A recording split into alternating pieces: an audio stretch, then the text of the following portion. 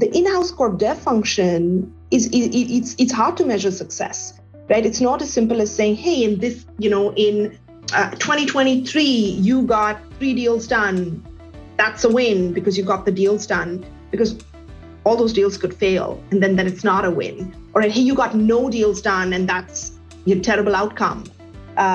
So, measuring success often comes from what's the impact you've had on the business, both in terms of potentially doing a deal, but also in elevating people's thinkings, influencing the direction of the build process, perhaps doing a partnership somewhere. So it is a little bit more of a high judgment exercise to decide if the function is successful or not. It's not purely metrics based.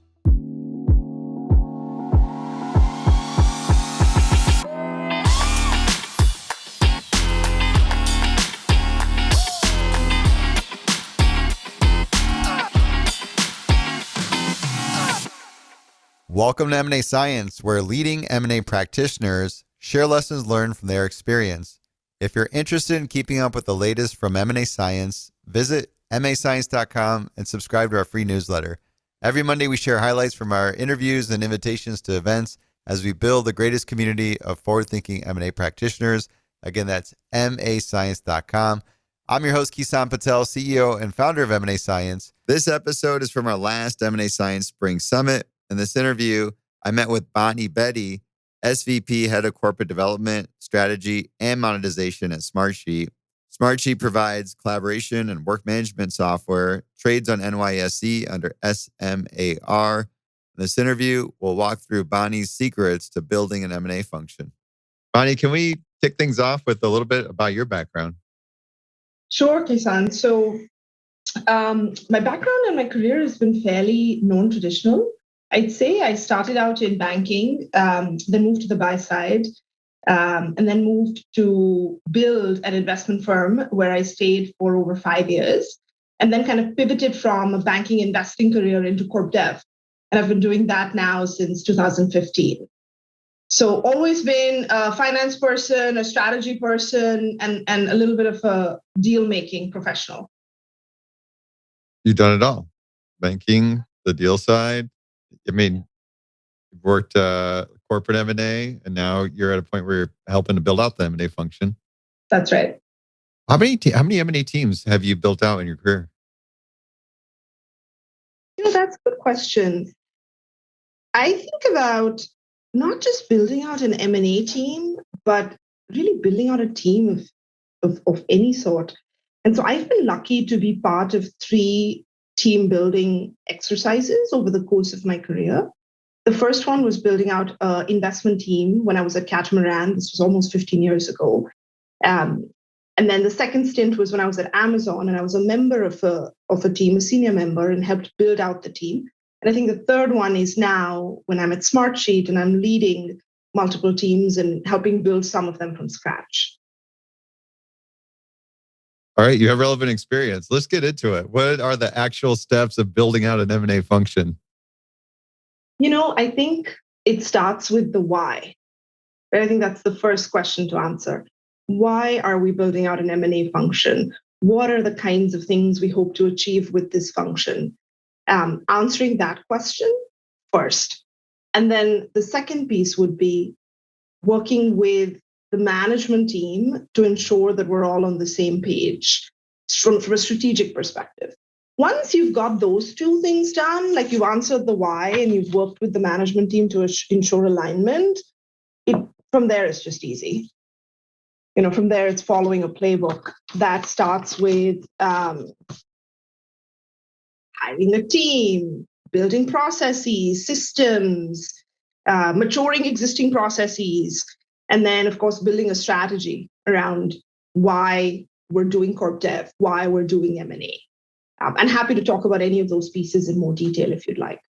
Oh, yeah. We got a lot to talk about here. I want to learn all this stuff. When you say the why, is it... walk me through the thinking of that, because I think of strategy right away, but it sounds like there's even before that, why build an M&A function? And what are some of those considerations? How do they unfold? Yeah. Yeah, I think it's really important to get the why right, and M&A is not just, particularly when you're in-house, if you're a banker, it's different. But when you're an in-house corporate development function, um, it's not just M&A, it's also investments, it could be joint ventures, it could be business development deals. And I think it's really important to answer, why are we trying to do M&A, or why are we trying to build a corp dev function? What are we hoping to achieve that's different from the organic business? Where the organic business has its own path and trajectory and requirements. What's the goal of the inorganic side? And it could be anything from, hey, we want to make our current product better. And there's these holes that we think it's going to take too long for us to build. So we'd love to acquire companies that could fill those holes. It could be we want to enter an adjacency, and that's only going to happen via M&A. It could be international expansion. In general, I found the corporate development function is best used to help an existing management team look around corners, right, and answer all of those things that I just mentioned. Look around corners, pay attention to what's happening outside the company, be the eyes and ears, and then help take a business from where it is today to potentially somewhere different over a 3-year period. And not every company thinks about M&A with that lens. So I think answering the why and flushing that out helps it make it much easier to then build the function. Got it. And then that's really the purpose. You want to define the purpose of building out this function. Um, do you move into strategy from there, or do you start looking at hiring before the strategy? Like, what order does stuff come together? I think number one is answering the why and aligning with the management team, the CEO, the CFO, the management team of the company on what we hope to achieve. From there, I'd look at building a team, because then you're coming to what I describe as strategy for what the function does, right? What kinds of targets are we looking at? What kinds of deals do we want to do? What spaces do we want to go into? That's an iterative process that takes a few months to work through and get alignment on. And it changes based on what's happening in the macro environment, right? So, I mean, look at where we are now. 6 months ago, the world looked different. Today, the world looks different. So I'd go from, after you've got your why, build a team, at least a couple people, and then work on the strategy together. Got it. And then when you're building out that strategy for the function, you mentioned working with the management team. Yeah. Who's involved? Everyone. Everyone should be involved if you're doing it right? Certainly. So the whole C-suite. Certainly, some players are more important than others when it comes to corporate development, but I'd say pretty much the CEO, the CFO, the COO, the chief product officer, the person leading engineering, all of those, the person leading sales, everyone should be involved to ensure we're kind of on the right page. Okay. And that's kind of, hey, this is what the goal is of building this function out. And then it's iterative in terms of the strategy, your M&A strategy. But at this point, you're already starting to build your team out and hire people. Yeah. And I will say, Kison, it depends from company to company, right? At certain companies, you might have a CEO who's got a very, very strong and powerful, overpowering even vision, who says, this is what I want to do, and that's what you're going to do. At other places, that might be the product person. Somewhere else, that might be the sales leader. And a third place, it might be more collaborative. So it really depends on what's the voice inside that management team that you need to be aligned with as you build the function and then execute transactions. How do you get a sense of that? I think it comes from spending time with the leadership team and understanding the business in a lot of detail, understanding the market segment they're in and the industry they're in some amount of detail, and then lots of conversations to get a sense of that. Do you keep it all formal, or do you have some of these sort of informal, let's go meet up for a drink, and then you kind of get a better sense of where the control is and who you should be working with for what? I think it's a combination of the two. And it's not so much where the control is, but it's like flushing out the vision, right? What's your vision for where we should be in 3 to 5 years? Mm-hmm. How do you see the M&A muscle or the corp dev muscle as a part of that? I think it's like flushing those things out, which happens over certainly more than 2 or 3 conversations. Some of them formal, some of them one-on-one, some of them in group settings. So there's a pretty high frequency of conversations that you're having with this management team, especially early on, to start getting a sense of the priorities and what needs to get done. Um, I mean, how do you approach it? Is it just a lot of one-on-ones? Do you do kind of a mix between some group meetings and? Yeah, I think it is a mix. And I think it depends on whether you're building a function from scratch or you're inheriting an existing team and an existing function as a new leader.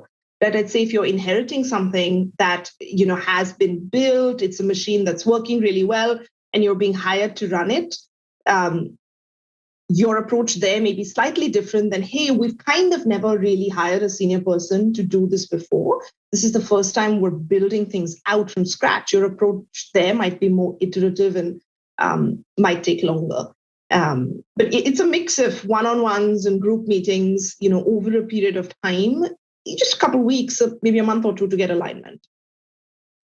Who's your first hire? I think there's your first hire is always an athlete. At least that's how I would approach it. It's always an athlete. From there's 2 paths you could go down. You could hire a senior person who's an athlete who can serve as your right-hand person, or you could hire someone earlier in their career who's going to be able to build models, do research, help you prepare materials, but with really high intellectual horsepower, who can, go across sectors and pick up things quickly. I think you go either experienced right-hand person or you go high horsepower, hungry, early in career person. Oh, so it's interesting. It's almost, you're a little versatile there, but at the end of the day, you want to hire someone intelligent. Yeah, you want to hire someone intelligent and someone who's either been there, done that, seen the function before, or someone really hungry who can run with you while you build a team. Right? And this is just the first hire, not the whole team. Personally, I went with hiring an experienced person who could serve as, my right hand, who had seen cycles before. How does it evolve from there? You got this first hire in, and it seems like you get different directions, and it goes back to the whole variables involved with what you're trying to achieve here. Um, how does that evolve? How does that shape? Here's kind of what hire one would look like, and then how do you think through? When do you start thinking of hiring dedicated resources for doing integration management and things like that? Like, how does that thinking evolve? Yeah, I think in the corp dev function, there is the thesis building part of the job, the deal sourcing, execution, and then integration. Building integration, I think, is perhaps one of the last things you do, and you do that only when you're really a serial acquirer with the need for a dedicated integration function. While you get there, you might hire just one person to do integration, or your company might have a PMO and they might take care of integration work for you. It certainly is different than being a front end deal professional. It is a different skill set. And I think it's important to recognize that it's a different skill set that needs to be invested in, either with a direct hire or support from a PMO. That makes sense. So, are you when you're doing the hiring? It sounds like you can just do this as you progress. You start making maybe 1 or 2 key hires, and then you're starting to focus on other areas, your origination model and building out their process. Um, I want to dive into the origination process, but I want to get a sense of how you're working with the CEO throughout this, and maybe even kind of think through how that strategy again gets flushed out, um, specifically for the M&A strategy that allows you to really prep for origination. Yeah. I think building out an M&A strategy after you've answered the why is building out a market map, right? And that is, again, an iterative process. It'll vary from company to company depending on the surface area of the organic business and to a certain extent the size of the balance sheet. So I'd recommend starting with what's our core product, what does it do, who does it serve, and then build a market map of adjacencies that are sensible for the company to potentially expand into. And then have a conversation around, hey, we've got this, dozen to even maybe 24 areas we could expand into. Which of these make the most sense? And filter down from there. What I found is you're doing M&A for your existing product is a little bit easier because there's a product, it has a roadmap, you know what holes to fill, it's got customers, right? So thinking about, hey, here's where I could go to M&A for the existing product. It's probably a handful of areas. Again, it depends on the business, but it's a handful of areas, right? When you're getting into adjacencies, that could be a really wide surface area, and you want to make sure you're not spending your time spinning wheels in things that don't make any sense or that are not likely to get support from your board, from your management team. So you narrow those down into digestible 4 to 6 areas that you can spend time in and be really thoughtful about what may make sense there. Who do you want involved with the market map? Certainly, your management team, but even the next layer down, I'd say the people running the business, right? The people running product, the people building, the people selling the product. And I think you have to have a sense of the external environment and where the world is headed for that particular segment. So, for example, if you're doing something in robotics or AI, or you might want to have a sense for, hey, where is this market headed? What does the world look like 3 years out? Depending on how cutting edge the business is. If you're really, at the frontier of innovation, I think having a pulse on the external market is important, and that comes from having relationships with people outside the company. So the investment banking community, the venture capital and private equity ecosystem, other founders. I think that'll help shape the market map. Yeah, absolutely. You're bringing in this additional feedback and input to expand on it. I guess that lends to a challenge I personally have where I don't like to leave any stone unturned. Mm-hmm. So if I have to build a target list, it's going to be extremely comprehensive. How do you go about prioritizing it? Because that's the thing. You're not going to send, here's a list of 500 companies and send that along for the board to look at. It's got to, you have a theme of simplicity I'm already picking up on. So how do you go approach prioritization? Yeah. I think, I'll speak, Kison, from the lens of being in the technology industry, because things might be different if you're in manufacturing or retail or something else. But, I've built my entire career working in tech. And so for internet, software, or other tech businesses, it always starts with the product or with the tech, right? And that if you use that lens, I think it becomes easy to filter, especially coupled with the view of where's the world headed and what has tailwinds behind it. So if you've got your list of, a few hundred companies, I take a step back from there and say, it's not just about doing M&A, it's also about potentially making investments. It's about potentially doing a partnership. Sometimes you may start out thinking, hey, I'm going to do M&A. And you might end up just doing a commercial deal. We serve your customers or you serve ours, or there's a reason for a joint go-to-market. There might be a business development transaction that makes the most sense. So I'd say you got to be open to all of those things. And when you have your swim lanes, your 4 to 6 areas that you think, hey, these are the areas that make sense. Within those, particularly in tech, I think you prioritize companies that are innovating, that have built good businesses, that have tailwinds behind them. And you get to know those companies, again, over a period of time to see what might make sense. Is it that qualitative thinking, or do you actually build out a whole scoring model and start, building an algorithm to go with it? I think it depends on who you are. So I don't know if you know, but several years ago, Salesforce's market map and target list, was leaked. Oh yeah, the good old Colin Powell email hack. I remember that. Yeah, so so you can see kind of what they did and their slides and so on and so forth. So I think it just depends on who you are. If you're a very large platform, things might look different. If you're a smaller company, things might look a little bit different.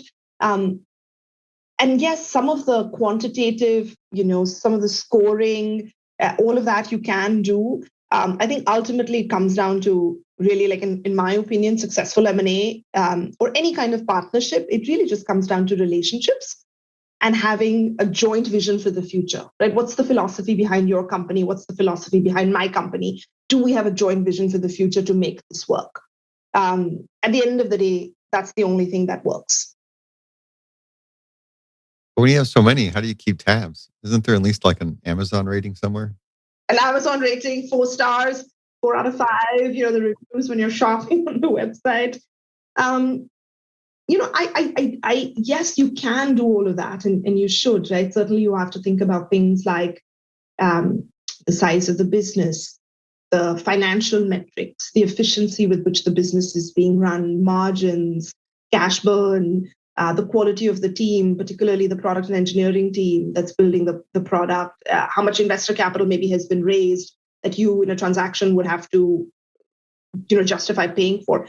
You have to do all of those things. I get it.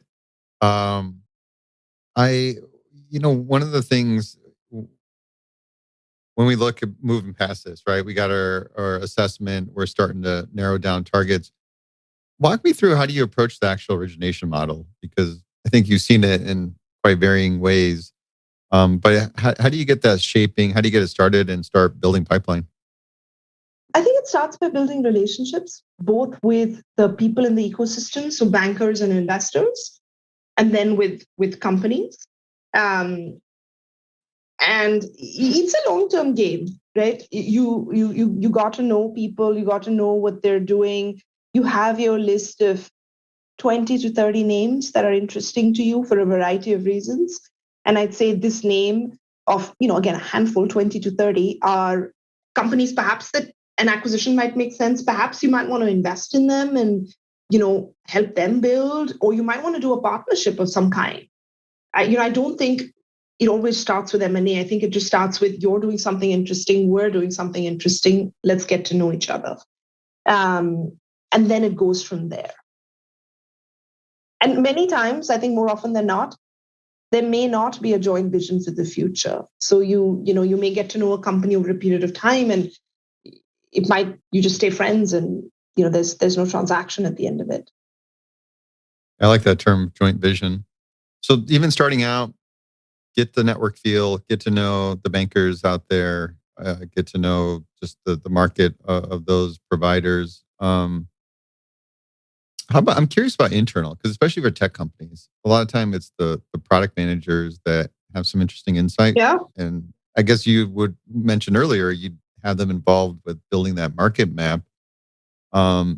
Is there that conversation relationship with them in terms of the origination part of it as well? Or is that, I guess going to the 20, 30 companies, there's stuff that'll come to you through the bank processes, but it sounds like a big element of this is being proactive, reaching out to those companies directly. Yeah, I want to get a sense of how do you work through that? Is it sort of with internal relationships first, or is it I'm just reaching out, I got my corp dev title, and people should take my phone call? How does that work? I think it's a little bit more of an art than a total science. But yes, it's internal relationships, right? Your management team probably has a bunch of relationships. You might have relationships yourself, having been in the industry, a long period of time. Your people on, your product team or your sales team might have relationships.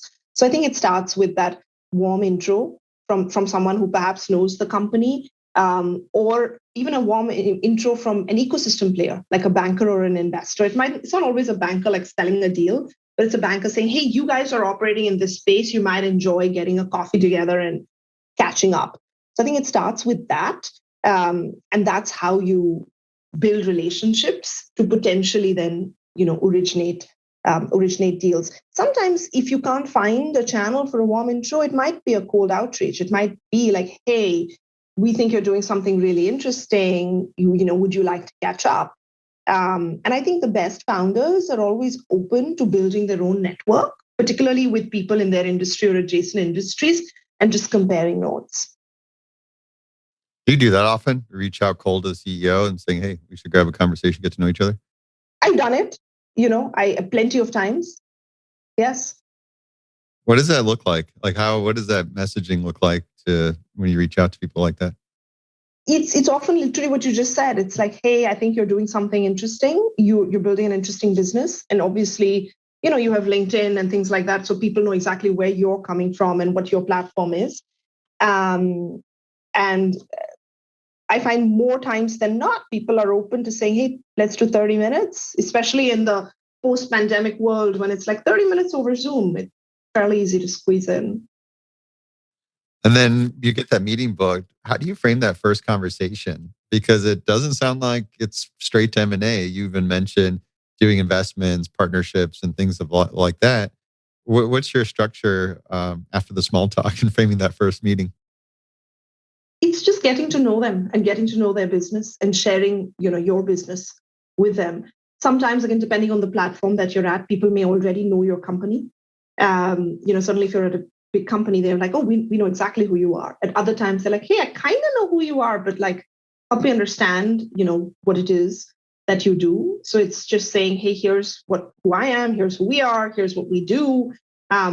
You're doing this, that looks interesting. You share your business, they share theirs. We talk a little bit about, if it's a smaller company you're talking to or a startup, where they're trying to go. And people might say, hey, here's where I am today. This is what, I'm struggling with. This is what I'm trying to do. And then we talk about maybe, is there a way we can help with that? Or it might be, maybe vice versa. It might say, hey, we are struggling with, X, Y, and Z, and maybe you can help with that. So I think it just starts out with that kind of a conversation. Yeah, pretty casual, pretty transparent. Sounds like you're pretty upfront about what your role is, how you're trying to grow the company, Yeah. the opportunities you're seeing in the market. Yeah. Now, with this origination process, we're building pipeline at this point. We're doing both. We're sort of looking at some of the deals different banks may be managing out there. We're doing proactive outreach as well. And we build this pipeline and it's moving along. What are like any key metrics or things? I'm thinking of the accountability on the M&A function. And what does that look like reporting that up? Is it specifically to the C-suite? Does the board need an update on what the pipeline looks like? What are you really tracking there? And are there any metrics at that stage? That's an excellent question, Kison. I think it depends from company to company. In my experience, at most companies, including the ones that I've been fortunate to be a part of, the management team is certainly involved and the board is involved. Right, and so it is. Here's our market map. Here's our pipeline. Here's and how that funnels down into the 20 to 30 names, who you've engaged with, what may have come out of it. You do provide those kind of updates. And I think it's important to recognize that differently from, say, banking or a more transactional world, the in-house corp dev function it's hard to measure success, right? It's not as simple as saying, hey, in this, in 2023, you got 3 deals done. That's a win because you got the deals done. Because all those deals could fail, and then it's not a win. Or hey, you got no deals done, and that's a terrible outcome. So measuring success often comes from what's the impact you've had on the business, both in terms of potentially doing a deal, but also in elevating people's thinkings, influencing the direction of the build process, perhaps doing a partnership somewhere. So it is a little bit more of a high judgment exercise to decide if the function is successful or not. It's not purely metrics based. That's interesting. It's almost there's the pipeline part of, hey, do we have an active pipeline? What they look like? But it sounds like the emphasis there is on the details about why these things are in the pipeline. What does that mean? That's what sounds like you're focused on communicating. And then I guess well, maybe just pick a deal as an example. But when you progress that and we start thinking about those success metrics as you move forward through the deal process, how does that shape? And then what are you ultimately measured on for a success? Yeah. For a deal process, let's talk about a specific transaction, right? Company A has decided to acquire company B.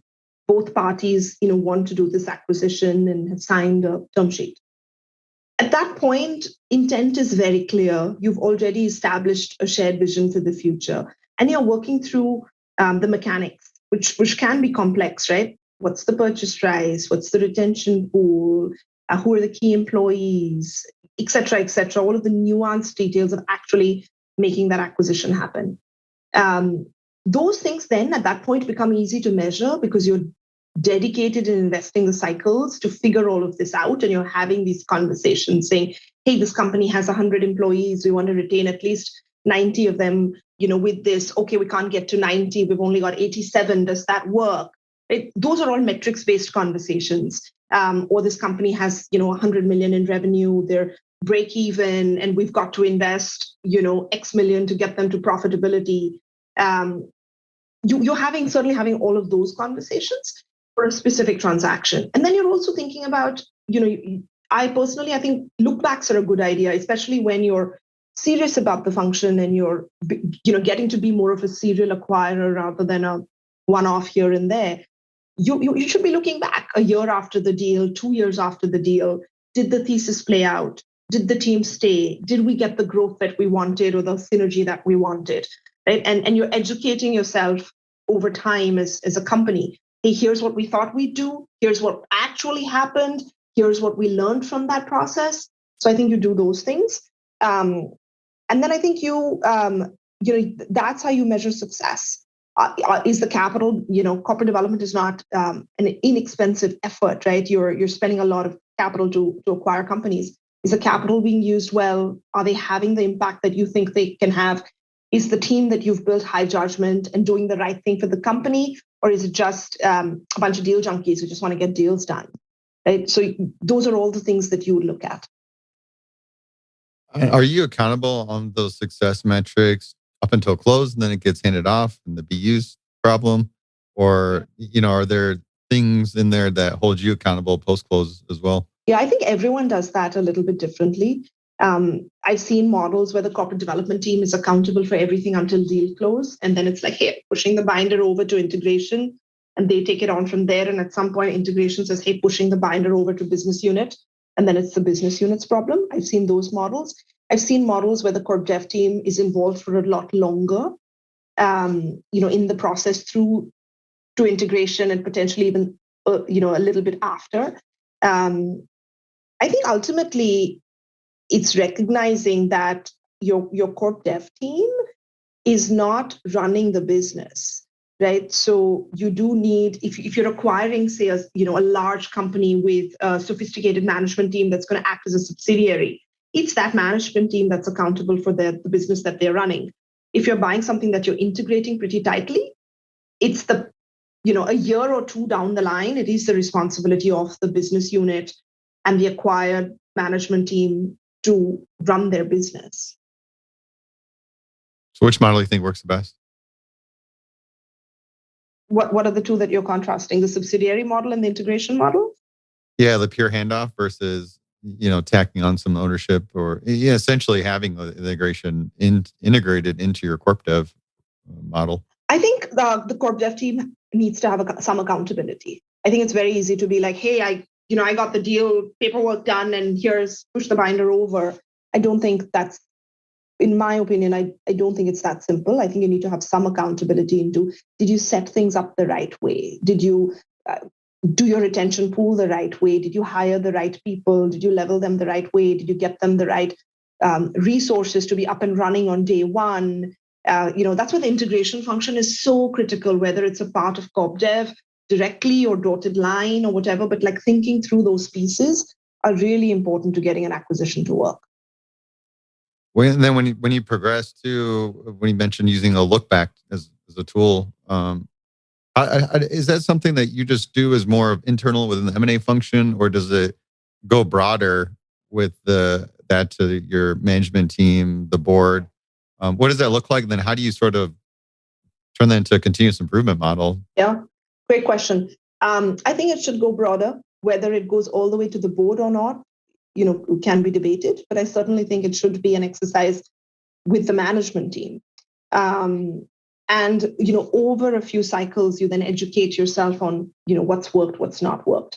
Because every company at the end of the day is different. Culture is different. The business is different. The personalities of the people are different.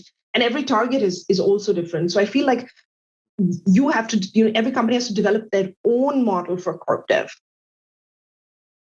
Makes a total sense. But that's right. So we covered a lot of the origination, even building out success metrics. We talked earlier about building out your process. And I'm curious because every corp dev function has to leverage a lot of other resources internal. And it seems like you're getting as much fractional time from different leaders in the company. How do you go about, especially when you're in this early stage of building out an M&A function, to build that? It's like two parts. You have to build the muscle out for doing diligence, and then you got to build a muscle out for integration within your functions. Mm-hmm. How do you do that? Yeah, I think you hire the right people, you have a strategy for what success looks like, and then you execute to a high bar. And I think that is, but perhaps oversimplistic, but I let you ask a question to navigate the conversation somewhere. Okay, so let's say it's you're with a company that hasn't done an acquisition before. Yeah. So now you've got functional leads that they kind of know of diligence, but how do you really get them on the same page? That and getting the emphasis of how do you prioritize your time with M&A? Because if they really don't know, first time doing M&A, okay, I'll add that on my to-do list. Yeah, there's a lot of education involved, especially if you're with a team that's never done it before. There's a lot of education involved on what M&A is, how does it work, what diligence means, what are you doing, what's preliminary diligence, what might be confirmatory diligence, what you do when, how deep you go, lot of education involved. And so usually it starts out with like, hey, preliminary list of questions that are, if the answers to any of these is a no, we're probably not going to want to do this acquisition. You work through those, you pull those together with the team and you work through those, and then you get to a LOI or a term sheet, and then you move into confirmatory diligence, which is much more encompassing. When you work with a business unit repeatedly for a period of time, I found that you do build that muscle, and then it's like this, because they're like, okay, we've looked at 4 or 5 companies. When you do the 5th or 6th one, it's like we know exactly the questions to ask, we know exactly what to do. And so the corp dev team, then you're done with the education piece. You're still working together, but it's not like the first time someone's doing an acquisition. So I found that as I've worked with business units repeatedly, it does get easier because you've helped them understand the process. Is there anything you do to get those functional leads up to speed faster? And I'm trying to think of when we're looking at standing up an M&A function, there's a lot of processes, and you got absolutely right that here's some core stuff and it becomes just repetitive, and you'll build it. But is there any documentation that you create that really outlines the operating model of the M&A function?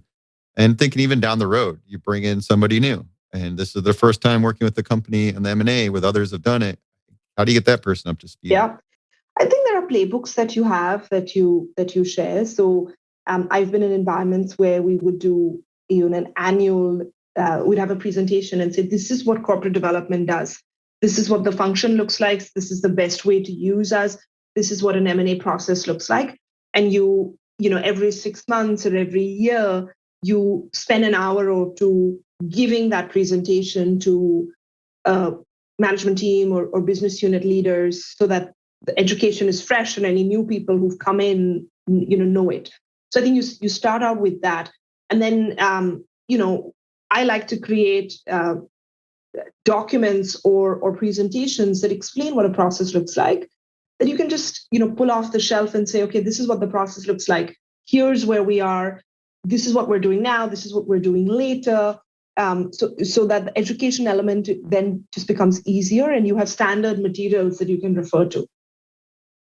Okay. So playbook definition for you, because when I say it, I think of just checklist purely. Here's my playbook for HR diligence, and it's a checklist.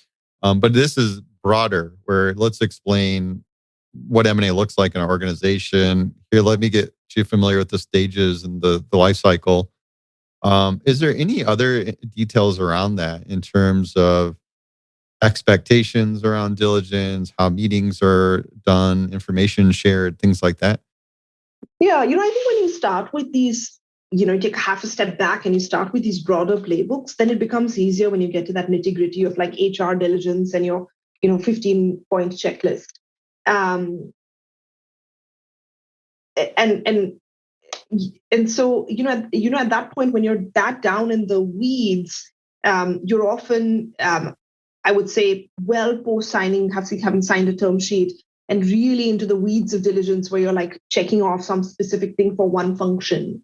So at that point, people have been working on this deal for a month, 2 months, 3 months maybe, and your business counterparts are in the weeds with you and have kind of built that muscle as well to help navigate this process. I like how you just keep it simple in that regard. When you go through this and I guess I'm getting a sense of, when do you know on the integration side and building that out, when do you know you need an IMO and actually stand up a dedicated team for that? What does that look like? Are you doing these initial deals and just purely working with the business for integration? And then eventually I hit a certain threshold and I've seen this before, or how does that evolve? Yeah, I've seen companies do it all sorts of ways, to be honest. I've seen like a sophisticated serial acquirer has a dedicated integration function with a dozen or more people on it whose full-time job is to do integration, all the way to kind of a younger tech company that has a 5-person corp dev team, but they're soup to nuts sourcing through to integration. So everyone does it differently. I think when you get to a point where you're doing a deal a year or 2 deals a year, you fall into this bucket of being a serial acquirer. Your deal sizes might be different than the large companies of the world. And at that point, I think it makes sense to invest in an integration function, whether that is 1 or 2 people or larger from there. And oftentimes, lots of companies use a PMO, right? So not an IMO, but a PMO where you're doing integration, but you're also responsible for other things that look like, where the functional jobs similar to integration. So international expansion, for example, your PMO might handle international expansion, which also cross-functionally touches the same things. You're touching HR, you're touching legal, you're touching FinOps, you're touching all of the same things to set up a new office in Europe or Latin America or something. They might take care of process management, on a strategy side. For example, we have our OKRs for the year. How are we tracking to our goals? Your PMO might help with that. So, M&A integration can have ebbs and flows. So if you marry it with another function that has ebbs and flows, or where it can take a step back if a deal comes in, then you're using your resources well. Integration's tough, especially from these recent conversations. The go-to-market part is extremely tough to get right, and where a lot of the value gets created or totally missed. As a corporate development leader, what can you do to assure success in integration? Excellent question. I think it is iterating and reiterating and emphasizing how important the integration function is, and that it is a high judgment activity. It's not a nights and weekends job for people who already have day jobs. Hey, I'm busy doing this. Okay, we decided to do an acquisition. Just like tack on integration to your already full workload. That's not the best use. It is investing in that function the right way, building out a playbook. I've worked with external consultants who are experienced practitioners that I've brought on to say, hey, help us build out a playbook. Let's invest the cycles now when we're not doing a deal so that we're ready when we are doing a deal. Large companies come in and help you with the integration, right? A big four or otherwise saying, hey, we'll come in and we'll do your integration for you because you haven't built that function out, or your function is at capacity or whatever. So I've seen all of those models to make sure that the integration is done the right way. It is as important as doing the deal the right way, because like you said, there can be go-to-market challenges. There can be all sorts of other issues where you don't capture the value that you intended to. Sounds like the big part is making sure you got the right resources to assure things get planned and executed well. Yeah, I think it's you have an integration plan of intent that you ideally sign and you discuss and you sign before the deal closes, that you work on. Say, here's my integration plan of intent. Here's what I want to do with this company. Here's how I'm going to staff resources against that plan to ensure things stay on track. And then you have, I like to have weekly check-ins, like how are things going function by function by function to ensure you stay on track with your integration plan of intent. It sounds like on some of these first ones, when you really don't have that mature muscle built out, you would use a third party resource to help out. You could use a third party resource, yes. And I think Do you? Do I? I have, yes, I have. I'm always curious because I feel like the companies have their own culture where they become heavily reliant on using third party resources, or they just want to, as early as possible, build it all in house. Yeah. So that's why I'm kind of curious where your direction lies. Yeah. My instinct and direction is to do it in house because it's then a repeatable function. You've trained a team, you've trained a broader team, but you don't always have that luxury. You might do an acquisition and your in-house team might be busy with integrating that one and something else might come along that's really attractive and you're going to do it. And so I've at that point used a third party because my internal team doesn't have the bandwidth. So I brought on a third party there. I think it makes sense to invest in bringing on a third party when you're early and maybe doing this for the first time or the second time, just to educate yourself. I mean, obviously using a third party is not inexpensive, but I think it's a worthwhile investment to make. When it comes to maturing the process, any tips and tricks on enabling that continuous improvement, the knowledge transfer, that center of excellence type of model? Anything there that you found really helpful? So I think it's really helpful to capture these playbooks in materials. So it's not just knowledge that sits in someone's head, and then if you lose that person, they take unfortunately the knowledge with them. So you build your integration playbook, your corp dev introduction materials, your diligence lists, your look back docs. You put these things into, you codify that knowledge so that you have access to it, for the next deal or the third one. Hey, what did we do at this? What did we do for this company a year ago? So I think it's helpful to just be really disciplined about putting things down on paper and then referring back to them when you need to. And it sounds like you do those periodic presentations or reviews that you can resurface some of the lessons learned and things of that sort. Yes.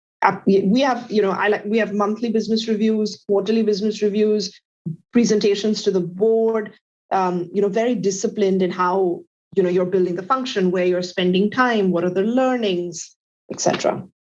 I'm just thinking I should look at our outline. We've literally been off the cuff this whole time, which has been fun.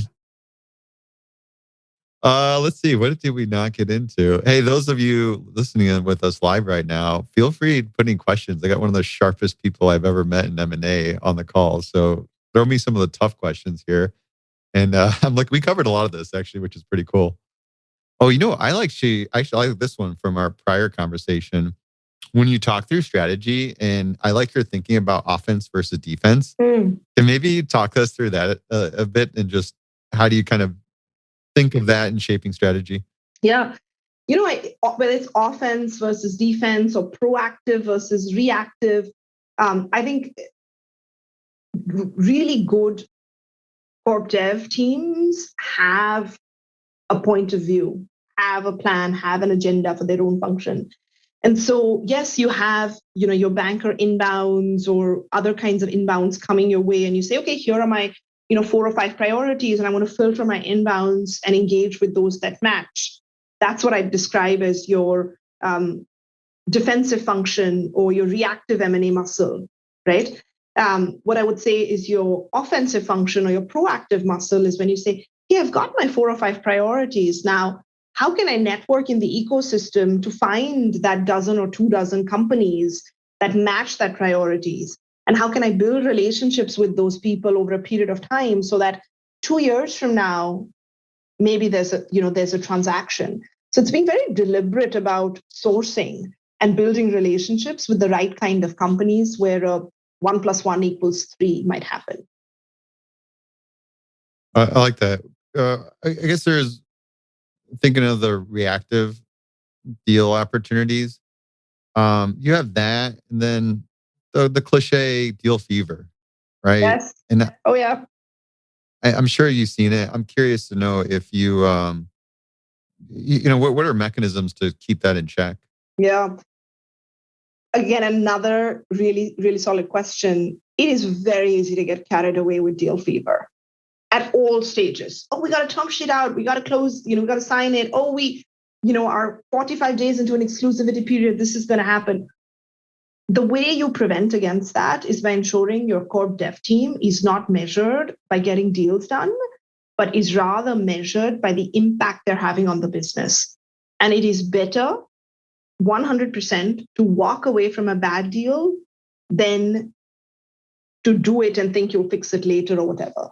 And this is why I don't think you can build a team only with deal junkies with we're just like, I just need to get deals done, deals done, deals done. That's a very transactional model. I think a successful corporate development model is much more relationship heavy. It is much more long-term focused. Then there might be a year in which you don't do any M&A, but you've had tremendous impact on the business in other ways by influencing a build, by doing a partnership, by staying away from bad deals. So how you measure the success of your corp dev team is really important. It's almost like you're considering it success to walk away from the bad deals. Yes, it really is, because you do a bad deal, Kison, and it can not only have you used hundreds of millions of capital and sunk it into a bad deal, you've wasted cycles and time and energy of 50 people within the company who've invested in that bad deal, and a year or two has gone by. Like, that's how long it takes to recover from a bad deal, right? It can be a giant distraction, and the time and energy you're spending on that, you're not spending on building or doing something else that is useful. I totally agree. Do you have a hard stop in the hour? No, I can go on for a little. I got just a handful of questions that popped in. Maybe we can try to run through these. And I always got to ask my favorite question at the end. So you're not going to get off the hook on that. Okay. All right. Boy, this is a good tough one to answer here, Josh. We're going to try our best. How do you leverage Smartsheet internally for your function? Do you include throughout your life cycle, target assessment, pre-deal evaluation, pre-close planning, integration? Obviously difficult to share the details, but would love to hear your perspective thoughts. And we use our own product internally. In fact, the Smartsheet product is used by lots of M&A teams, around the world to manage diligence. It's a great tool for that. And so we use it to have a list of companies that we're interested in. We manage our pipeline using the product. We manage diligence using the product. We use our own product a lot. And then what tools or formats do you find most helpful for updating leadership on your M&A pipeline and deal status, which would probably be they already in a Smartsheet and can see that. Yeah. And, you can have different views on things. What do you do with the counterparty when you're going through diligence and you're sharing information with the counterparty?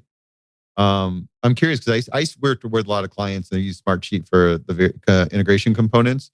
But when you're going back and forth with the counterparty and there's sort of internal comments versus the comments you'd want them to look at, is that something you still use through Smartsheets, or what does that look like? Comments on a contract? Or just with the counterparty when you're doing the whole workflow for diligence requests and things of that sort. And yes, we've used a Smartsheet with external counterparties where they can, edit things, they can just view them, they can just comment on them. When you get to a point where you're redlining a contract, then you switch to a different format because Sheet may not be the most effective tool for that. But we absolutely have used it with external counterparties. Cool. And then this one might be too specific, but does M&A integration typically sit within the corp dev team? For context, I lead M&A integration, but I'm in finance operations, and I find there is sometimes a disconnect. Yeah. I think in most companies that are serial acquirers, particularly in technology, integration is a part of the corp dev team. However, I have also seen it be a part of, a PMO that is sitting adjacent to but not reporting in to the corp dev team. I've not really seen it be a part of FinOps. That seems unusual. Last question. What's the craziest thing you've seen in M&A? I'll tell you, I've seen a lot of crazy, which is why I like what I do. I think one of the craziest things I've seen is deal. This was 6 or 7 years ago, so a long time ago. In international location, small deal, some 100 million, where it was two family members who had founded a company and built an interesting piece of technology that had absolutely no revenue. So they hadn't monetized it, and they'd been working on it for like 5-6 years. And we were like, okay, your technology is really compelling. You're not quite to a product yet. You kind of have, maybe an MVP. And so this could be an interesting thing for a larger company to bring in house and then build a product around it and monetize it. And they were an international location. So myself and the team flew out there, built a relationship, signed a term sheet, spent a bunch of time doing diligence. And we were probably like 10 days away from final contract. And then through the diligence process, we uncovered various family members were on the books and so on. So we're like, okay, you got to, they're not really part of the company. So we got to clean that up. And the team came back, a week before signing and saying, hey, we want to renegotiate the purchase price. And they wanted a lot more. And we said, hey, and I've seen that kind of, you see retrading all the time. We say, hey, we're not going to we're not in a position to give you as much as you want more. We can move up a little bit. And they said, okay, we're just going to walk away and fold the company. Like the company was running out of cash. So this management team chose to walk away from a deal that would have given them money, that would have returned capital to their investors. It was a very lucrative exit, to instead shut the company down. And not return like investors lost money and they walked away from proceeds. I'd say that's one of the most unusual decisions I have ever seen that didn't seem rational at all. Yeah, what drives that? Because that's always interesting to think of M&A deals and the egos that come in play. Yeah. Because it's so true. I've seen it. We've seen it. You've seen it. In that case, what's going on there? What's going through the person's head? Yeah. Especially at that stage where you've already gone through this and made the commitment. Yes. And then to break it and walk away. And and you invested like 3 or 4 months of all your time and diligence. For a minute, we thought they must have another offer. They've decided to go in a different direction. No, it was literally, for whatever reason, we're just shutting our business down, losing money, losing our investors' money. It was quite surprising, which is why it's one of the craziest things I've seen in M&A, because I've never seen that before or since. Because there's no logic. That makes no logic sense. It's just got to be someone with a lot of pride. Yeah. That, hey, I had this move I wanted to do. It didn't work out. Well, we're just going to deal with it. Yeah. And I think sometimes, especially with founders, their company can be like their baby. So emotions, can be high, as you've seen, no doubt. Bani, I've enjoyed this conversation. Thank you so much for taking the time to walk me through how to stand up an M&A function. Hope we can do it again sometime. Yeah, I would love to do it again. Thank you for reaching out to me. I've really enjoyed this conversation as well. My pleasure. Here's to the deal. All right. Take care, Kison. Bye.